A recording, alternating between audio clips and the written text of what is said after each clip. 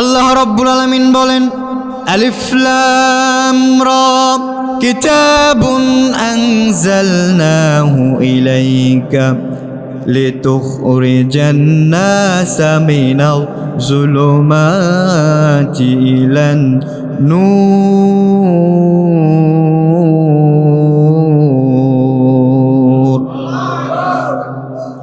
আল্লাহ রাব্বুল আলামিন বলছেন, আলিফ লাম রা, এই যে হরফে মুকাত্তাআত রব্বুল আলামিন দিয়ে দিলেন, এই বিচ্ছিন্ন হরফগুলির অর্থ পৃথিবীর কেউ করতে পারবে না, এমনকি রাসূল নিজেও করতে পারেন নাই।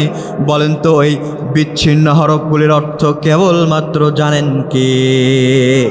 আল্লাহ জানে। সে আল্লাহ বলছে আলিফ লাম রা, এরপরে বলছেন কিতাবুন আনজালনাহু ইলাইকা লিতুখরিজান নাসা মিনাজ যুলুমাতি ইলান নূর। আল্লাহ রাব্বুল আলামিন বললেন, কিতাবুন আনজালনাহু ইলাইকা, নিশ্চয় আমি কোরআন নাজিল করেছি, নিশ্চয় আমি কিতাব নাজিল করেছি। কিতাব মানে আল্লাহ তাআলা কোরআনকে বুঝিয়ে দিচ্ছেন। আল্লাহ বলছেন, আমি কোরআনকে নাজিল করেছি লিতুখরিজান নাসা মিনাজ যুলুমাতি ইলান নূর। দুনিয়ার মানুষগুলোকে জানিয়ে দাও, ও নবী আপনি জানিয়ে দেন, আপনি দুনিয়ার মানুষকে বলে দেন, নবী আমি কেন কোরআন নাজিল করেছি। কোরআন নাজিল করার এক নম্বর উদ্দেশ্য হলো লিতুখরিজান নাসা মিনাজ যুলুমাতি ইলান নূর।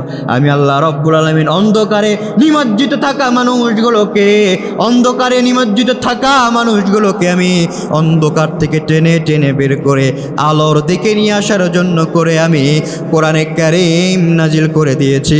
চিৎকার দিয়ে বলেন না আল্লাহু আকবার। তাহলে প্রিয় ভাইরা, মুসলমান ভাইরা, আমাকে একটু উত্তর দেন, কোরআনে কারীম অন্ধকার থেকে আলোর দিকে নিয়ে আসার জন্য নাজিল করেছেন কে? এখন বলতে পারেন, হুজুর এই অন্ধকার কি রাত আর দিনের অন্ধকার নাকি? না, এই অন্ধকার মানে রাতের অন্ধকার নয়। তাফসির ইবনে কাসির, আল্লামা ইবনে কাসির রাহমাতুল্লাহি আলাইহি তিনি বলছেন, বান্দারা, দুনিয়ার মানুষেরা শোনো রে, এই অন্ধকার মানে আল্লাহ রাব্বুল আলামিন তোমাদেরকে দুনিয়ার যে রাত্রি দিনের আলো, অন্ধকারের বাহ্যিক অন্ধকার, এটা বোঝানো হয় নাই। এটা মানে বোঝানো হয়েছে মানুষের চিন্তার অন্ধকার, মেধার অন্ধকার, মতবাদের অন্ধকার, মানুষের বুদ্ধির অন্ধকার, যত প্রকার অন্ধকার রয়েছে, এই অন্ধকার নিমজ্জিত মানুষদেরকে রব্বুল আলামিন টেনে টেনে বের করে আল্লাহর মতবাদের দিকে, মানুষের রচিত মতবাদ থেকে টেনে টেনে বের করে, মানুষের আইনের মতবাদ থেকে মানুষকে টেনে টেনে বের করে আল্লাহর মতবাদ অর্থাৎ আল্লাহর আইনের দিকে নিয়ে আসার জন্য কোরআন নাজিল করে দিয়েছেন। পড়েন আল্লাহু আকবার। এখনো কথা আমার বোঝেন নাই? তাহলে একটা ঘটনা বলি, কোরআন কিভাবে মানুষের মেধা, মগজ পরিবর্তন করে দিতে পারে, কোরআন কেমন মানুষের মতবাদ চেঞ্জ করে দিতে পারে।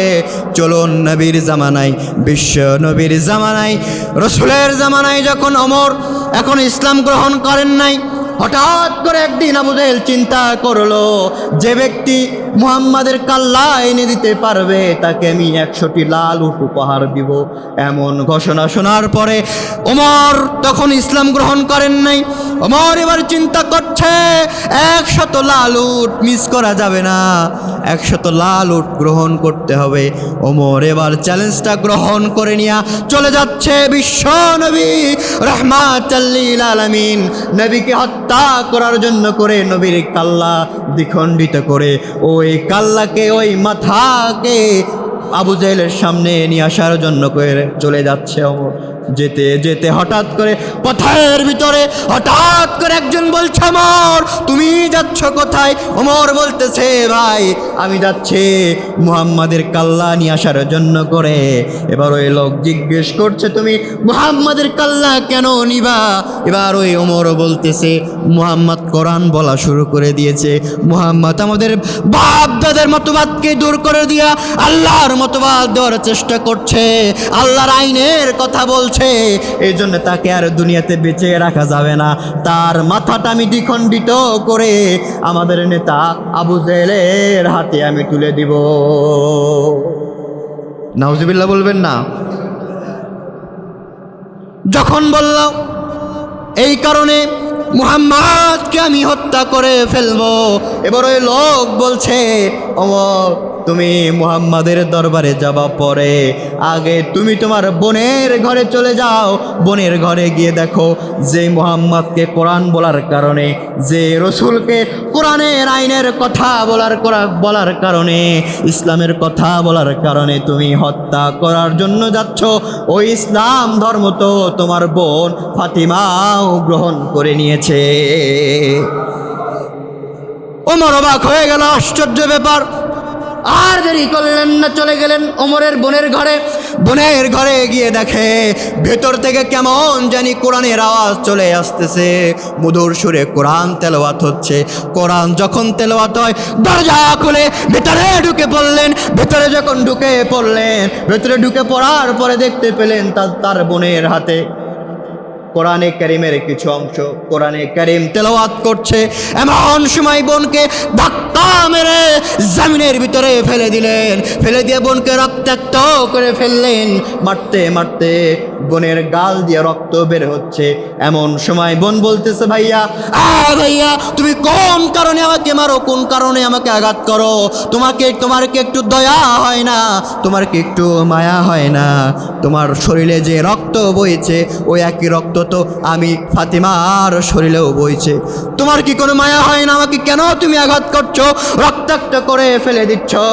এবার ওমর বলছে বোন তুমি তাড়াতাড়ি করে মুহাম্মাদের দিনকে দূর করে দাও, মুহাম্মাদের দিনকে ত্যাগ করে দিয়া আমার বাপদাদার ধর্মে চলে আসো। তার মানে ইসলাম ধর্ম ত্যাগ করে দিয়া কোরআনকে ছুঁড়ে ফেলে দিয়া আবার আগের ধর্মে চলে আসো। এবার ওমরের বোন উত্তর দিচ্ছে ভাইয়া রে, তুমি যদি আমাকে মারতে মারতে মেরেও ফেলে দাও, জীবন দিয়ে দেবো, তবু যে ধন যে সম্পদ পেয়েছি আল্লাহর কোরআন নবীর ইসলাম ছাড়তে পারবো না। আল্লাহু আকবার, এর নাম হলো ঈমান। মারতে মারতে রক্তাক্ত করে ফেলে দিচ্ছে। বোন বলতেছে আপনি মেরে ফেলে দেন, কোনো কথাই বলবো না, এক কথায় মৃত্যুবরণ করে নেব। কিন্তু ভাই আপনাকে বলে রেখে দেই, আপনি যদি আমাকে মেরেও ফেলে দেন আমার জীবন দিয়ে দেব, ইসলাম আমি ছাড়ব না। পড়েন আল্লাহু আকবার। যখন এই কথা বলে ফেলল ওমরের হৃদয়ের ভিতরে একটি দয়া জন্মালো। দয়া শরীর নিয়ে যখন একটু দয়া হলো, মায়া হলো ওমরের ভিতরে, তখন ওমর চিন্তা করে কি কারণে মরতে পর্যন্ত রাজি হয়ে যায়, জীবন দিতে রাজি হয়ে যায়, কি এমন মধু পেয়েছে যার কারণে জীবনটাও দিয়ে দিতে দ্বিধা করে না। এবার ওমর বলতেছে বোন রে, কোন জিনিস পড়ার কারণে তোমার ভিতরে ঈমান বেড়ে গেল, আমাকে একটু দাও, আমি একটু পড়ি তো কি আছে এর ভিতরে। বোন বলতেছে ভাইয়া এটা তো যাকে তাকে দেওয়া যায় না, কারণ এটা ধরার আগে ওযু করার দরকার আছে না নাই? কথা কন না, ওযু করার দরকার আছে না নাই? ওযু করতে হবে। এবার বলতেছে ভাইয়া তুমি তো কাফের, ঈমান আনো নাই, তুমি তো নাজাসাত অপবিত্র, তোমাকে এই অবস্থায় আমি কোরআন ধরতে দিতে পারি না, চলো চলো তুমি পবিত্রতা অর্জন করে নাও, গোসল করো।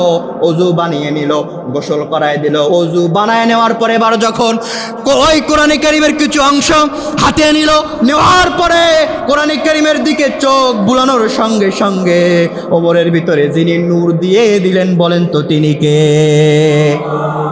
আল্লাহ নূর দিয়ে দিলেন। ওমরে ফারুক বলতেছে আমার বোন শোনো, তুমি যেই কোরআন পড়ে ইমানদার হয়েছ, আজকে আমি সেই কোরআনটা হাতে নিয়ে কেমন জানি আমার হৃদয়ের ভিতরে অশ্রু বইতেছে, আমার হৃদয় আর মানতেছে না। আমি আর দেরি করব না রে বোন, তোমার কাছে যেই সুধা পেয়েছি আমি মুহাম্মাদের দরবারে চলে যাব, সেখানে গিয়ে মুহাম্মাদকে আমি মুহাম্মাদের হাতে হাত রেখে কালিমা পড়ে মুসলমান হয়ে যাব। চলে গেল রসুলের দরবারে। রসুলের দরবারে যাওয়ার পরে এবার রসুলের পাশে রসুলের চাচা হামজা রাদিয়াল্লাহু তাআলা আনহু বসে আছে। ওমর আসতেছে, দেখতেছে। হামজা রাদিয়াল্লাহু তাআলা আনহু বলতেছে ইয়া রাসূলুল্লাহ, ইয়া হাবিবাল্লাহ, আবু জেহেলের সংসদে পাশ হয়ে গিয়েছে। আবু জেহেল বলেছে আপনার কল্লা নিয়ে আসতে, সেই চ্যালেঞ্জ গ্রহণ করে ওমর চলে আসতেছে আপনার কল্লা দ্বিখণ্ডিত করে দেওয়ার জন্য। আপনি একটাবার অর্ডার দিয়ে দেন গো রাসূল, একবার শুধু বলে দেন আমি হামজা নিজের জীবন দিয়ে হলেও ওমরকে প্রতিহত করব। পড়েন সুবহানাল্লাহ। ওমরকে আমি প্রতিহত করে ফেলবো। রাসূল বলছেন না, আগেই লাফায়ও না, লাফাও কম, আপনি বসে যান। ওমর চাচাজি আপনার কোনো টেনশন করা লাগবে না, কারণ গত রাত্রিতে আমি আল্লাহর কাছে দোয়া করেছি, আমি বুঝতে পেরেছি ওমর যেই তরবারি নিয়ে আমার কাছে আসতেছে, ওকে আসতে দেন, আমার কাছে ওকে আসতে দেন। রসুলের কাছে চলে আসলো ওমর। আসার পরে এবার তরবারি, নাঙ্গা তরবারি বের করে দিয়ে বলতেছে ইয়া রাসূল আল্লাহ, ইয়া হাবিব আল্লাহ, আমি এসেছিলাম আপনাকে হত্যা করার জন্য করে। এই তরবারি আপনাকে হত্যা করার জন্য আমি প্রস্তুত করেছিলাম। আপনি জেনে রেখে দেন যে তরবারি আপনাকে হত্যা করার জন্য আমি প্রস্তুত করেছিলাম, এই তরবারি আপনাকে রক্ষা করার জন্য আমি ঢাল স্বরূপ দিয়ে দিলাম। আল্লাহু আকবার। প্রিয় ভাইরা, প্রিয় বন্ধুগণ, তাহলে বলেন তো ওমরের মস্তিষ্ক, ওমরের মেধা, ওমরের চিন্তা চেতনাকে পরিবর্তন করে দিয়েছে সেই কিতাবের নাম কি? আমার কথা বোঝেন নাই? তাহলে মানুষের চেতনা, মানুষের মতবাদকে চেঞ্জ করে দেয় কোরআন। ওমরও সে প্রমাণ দিয়ে দিল, কারণ কোরআন যদি প্রমাণ করত, এই কোরআন মানুষের মতবাদকে, মানুষের চিন্তাকে, মানুষের চিন্তা শক্তিকে পরিবর্তন করতে পারে না, তাহলে ওমর হেদায়েত পেত না। ওমর হেদায়েত পেয়েছে তার কারণ কোরআন ওমরের চিন্তার দরজায় লাথি মেরেছে। কথা বলেন ঠিক কিনা? এই কোরআন, সেই জন্য আল্লাহ বলছে লিতুখরিজান নাসা মিনাজ জুলুমাতি ইলান নূর। ও দুনিয়ার মানুষেরা, এই কোরআন তোমাদেরকে অন্ধকার থেকে আলোর দিকে নিয়ে আসবে। এই অন্ধকার কোন অন্ধকার? এই অন্ধকার হলো মানুষের মেধা শক্তির অন্ধকার, চিন্তার অন্ধকার। হয়তো বলবেন চিন্তার অন্ধকার কেমনে? বলেন তো, এই বিশ্বজগৎ চলবে কার আইনে? আমি চলবো, আপনি চলবেন, সমাজ চলবে, দেশ চলবে কার আইনে? আর আমরা চালাই কার আইনে? হ্যাঁ প্রিয় ভাইরা, প্রিয় বন্ধুগণ, আল্লাহ এই জন্য বলছেন লিতুখরিজান নাসা মিনাজ জুলুমাতি ইলান নূর, তোমাদেরকে এই কোরআন টেনে টেনে অন্ধকার থেকে আলোর দিকে নিয়ে আসবে। পড়েন সুবহানাল্লাহ। তাহলে কোরআন নাজিলের 1 নম্বর উদ্দেশ্য এই কোরআন মানুষদেরকে অন্ধকার থেকে আলোর দিকে নিয়ে আসবে। নাম্বার 2, কোরআন আল কারীমের 2 নম্বর সূরা বাকারার 185 নম্বর আয়াতে আল্লাহ সুন্দর করে বলছেন শাহরু রমাদান আল্লাযী উনজিলা ফীহিল কুরআন হুদাল লিন-নাসি ওয়া বাইয়িনাতিম মিনাল হুদা ওয়াল ফুরকান।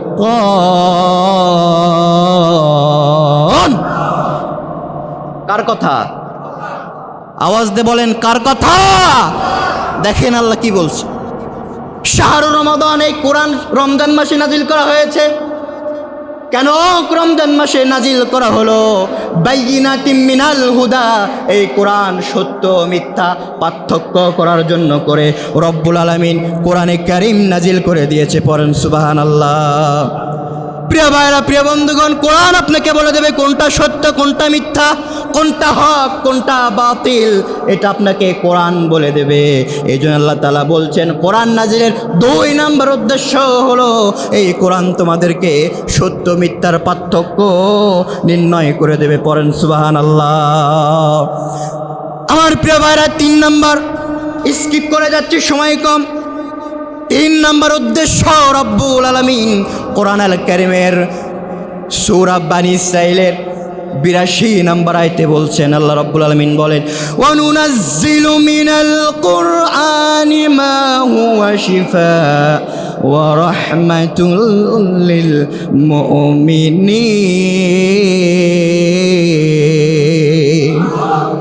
আল্লাহ রাব্বুল আলামিন বলেন উনাজ্জিলু মিনাল কোরআন, এই কোরআন আমি নাজিল করেছি, তার কারণ হলো এই কোরআন মানুষের শেফা দিয়ে দেবে। এখন কথা হতে পারে হুজুর এই শেফা মানে কোন শেফা? এই শেফা মানে আপনি তাবিজ বানায়া কোরআনের আয়াত দিয়ে তাবিজ বানায় গলায় ঝুলিয়ে দেবেন, এই শেফা নয়। কোরআনের আয়াত দিয়ে আপনি ঝাড়ফুঁক করবেন সারাদিন, এই মানে এটা নয়। তার মানে এই নয় আমি ঝাড়ফুঁক করতে নিষেধ করতেছি না, কিন্তু আল্লাহ তাআলা এখানে রূপক অর্থ কি ব্যবহার করেছেন, আল্লাহ তাআলা এখানে নুনাজ্জিল দিয়ে বুঝিয়ে দিয়েছেন দুনিয়ার মানুষেরা, তোমাদের সমাজে তোমাদের ব্যক্তিগত জীবনে কোথায় কোন রোগ রয়েছে, কোথায় কোন সমস্যা রয়েছে, সেই সমস্যা দূর করার জন্য কোরআন নামক মহা ঔষধ তোমাদেরকে নাজিল করে দিয়েছি। পড়েন সুবহানাল্লাহ। আমার প্রিয় ভাইরা, প্রিয় বন্ধুগণ, 4 নাম্বার উদ্দেশ্য আল্লাহ তাআলা সূরা নাহলের 98 নম্বর আয়াতে বলছেন, আল্লাহ রাব্বুল আলামিন সুন্দর করে বলছেন, বান্দারা তোমরা শোনো, কোরআনে কারীমের 4 নাম্বার নাজিলের উদ্দেশ্য কি। আল্লাহ তাআলা বলছে, ওয়ানাজ্জালনা আলাইকাল কিতাবা তিবয়ানাল লিকুল্লি শাইইন ওয়া রাহমাতাও ওয়া বুশরা লিল মুসলিমিন।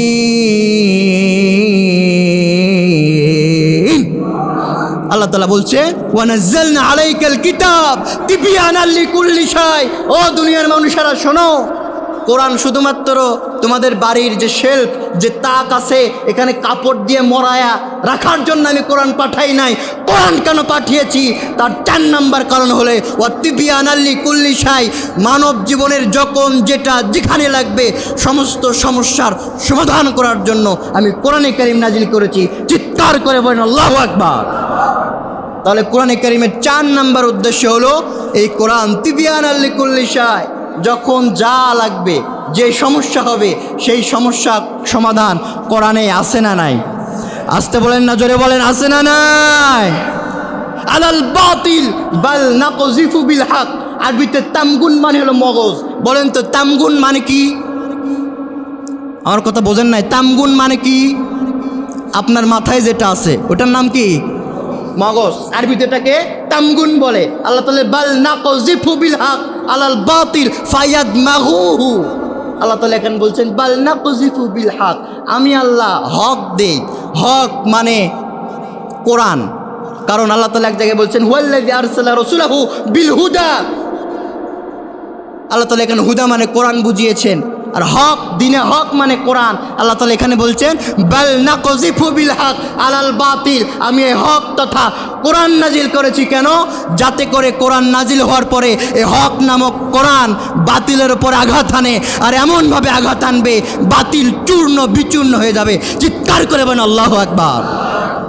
তাহলে বলেন, কোরআন বাতিলকে আঘাত করতে পারে কি পারে না? পারে না? পারে। কেমন করে পারে? কোরআন আপনাকে বলে দেবে কে সঠিক পথে আছে আর কে বিপথে আছে, কে ব্যাঠিক পথে আছে। কোরআন আপনাকে সে দিশা দিয়ে দেবে। আল্লাহ তাআলা এই জন্য বলছেন, সত্য দ্বারা অর্থাৎ হক দ্বারা, কোরআন দ্বারা মিথ্যাকে এমনভাবে আঘাত করা হবে, মিথ্যা দুর্বৃত হয়ে যাবে, মিথ্যার লেশ আর কোনো থাকবে। কথাকার আসতে বলবেন না, জোরে বলেন কথাকার। আল্লাহ। প্রিয় ভাইরা, প্রিয় বন্ধুগণ, তাহলে 5 নাম্বার উদ্দেশ্য হলো এই কোরআন বাতিলকে আঘাত হানার জন্য, বাতিলকে চুরমার করে দেওয়ার জন্য এই কোরআন যিনি নাজিল করেছেন, আওয়াজ দিয়ে বলেন তিনি কে? 6 নাম্বার সূরা ফুরকান আয়াত নাম্বার 1, তাবারাকাল্লাযী নাযালাল ফুরকান আলা আবদিহি লিয়াকুনা লিল আলামিনা নাযীরা। আল্লাহ তাআলা বলছেন, ও নবী আপনি শোনেন, পবিত্রতা সেই সত্তা যেই সত্তা কোরআন নাজিল করেছে মানুষদেরকে সতর্ক করার জন্য। আল্লাহু আকবার। তার মানে আয়াত থেকে বোঝা যায় কোরআন নাজিল হয়েছে মানুষদেরকে সতর্ক করার জন্য করে। তার মানে কোরআন নাজিলের 6 নাম্বার উদ্দেশ্য হলো কোরআন মানুষকে সতর্ক করে। কোত্থেকে সতর্ক করবে? জাহান্নাম থেকে মানুষকে সতর্ক করবে, শয়তানের পদাঙ্ক থেকে মানুষকে সতর্ক করে আল্লাহর পথে মানুষকে আনবে। এই জন্য কোরআনে কারীম যিনি নাজিল করেছে, বলেন তো তিনি কে? কোরআনে কারীমের 7 নাম্বার উদ্দেশ্য সূরা মাইদা আয়াত নাম্বার 15। আপনাদের কষ্ট হচ্ছে? কষ্ট হচ্ছে না তো? প্রিয় ভাইরা দেখেন আল্লাহ কি বলছে, قد جاءكم من الله نور وكتاب مبين আল্লাহ রাব্বুল আলামিন বলছেন তোমাদের কাছে আল্লাহর পক্ষ থেকে যে কোরআন নাজিল হয়েছে, কিতাবুন মুবিন, সুস্পষ্ট কিতাব নাজিল হয়েছে। এখন আমার কাছে বলেন তো প্রিয় ভাইয়েরা, কোরআনের ভিতরে কোনো প্রকার অসত্য, কোরআনের ভিতরে কোনো প্রকার অস্পষ্টতা আছে? যারা উত্তর দিলেন না আছে।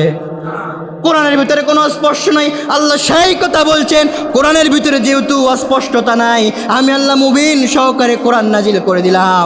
ও দুনিয়ার মানুষেরা শোনো, এই কোরআনের ভিতরে যেমন অস্পষ্টতা নাই, তোমাদের জীবনেও কোনো অস্পষ্টতা রেখো না, তাহলে আমি তোমাদের জীবনকে ধ্বংস করে দেব রে মুসলমান। খবরদার, জীবনের ভিতরে কোনো অস্পষ্টতা রাখা যাবে না।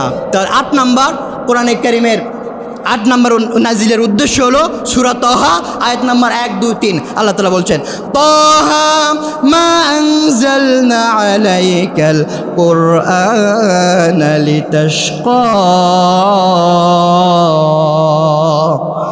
আল্লাহ তাআলা বলছেন, তাহা মা আনজালনা আলাইকাল কুরআনা লিতাশকা, আমি কোরআন তোমাদেরকে কষ্ট দেওয়ার জন্য নাজিল করি নাই। তার মানে কোরআন কখনো কষ্ট দেয় না, বরং কষ্টকে লাঘব করার জন্য করে রব্বুল আলামিন কোরআন নাজিল করে দিয়েছে। চিৎকার করে বলেন সুবহানাল্লাহ। সবগুলো বলতে গেলে সময় শেষ হয়ে যাবে। আল্লাহ পাক যেন এই কথাগুলোর ভিতর থেকে আমাকে এবং আপনাদেরকে আমল করার তৌফিক দান করেন, পড়েন আমিন।